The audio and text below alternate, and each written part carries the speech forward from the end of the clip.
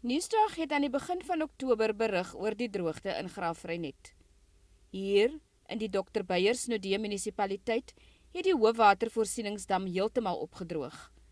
Die munisipaliteit maak staat op 28 boorgate om meer as 3000 huishoudings en sowat 40,000 inwoners te bedien.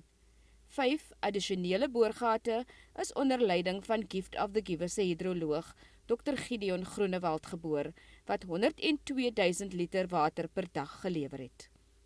Hy het vandag 'n 6de een geboor. Maar dit het nie gehelp om verligting te bring vir die boerderye in die gebied nie. Gift of the Giver sê die versoekvervoer was oorweldigend. Boere is desperaat om hulle honger en sterwende diere te voed. En die organisasie sê hy kan nie wegkyk as mens en dier ly nie.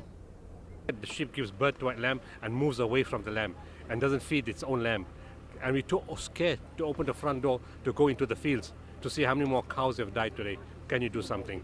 And this request for fodder has been coming for the last 2 years. Die skenking is met oop arms deur die munisipaliteit ontvang. Hierdie skenking van Gift of the Givers is 'n groot inspuiting veral vir ons opkomende boere en al die boere. Ook boere was merkbaar aangedaan. Hulle het met sleepwaens opgedaag om die voer te laai.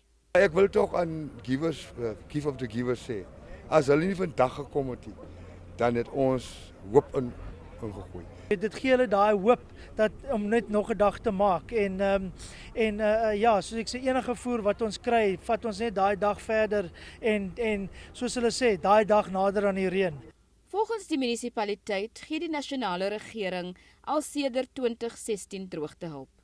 'n verdere 30 miljoen rand is goedgekeur. Die nasionale tesourie moet dit egter nog beskikbaar stel. Rosalind Klaasen vir Nuusdag in Graafrenet.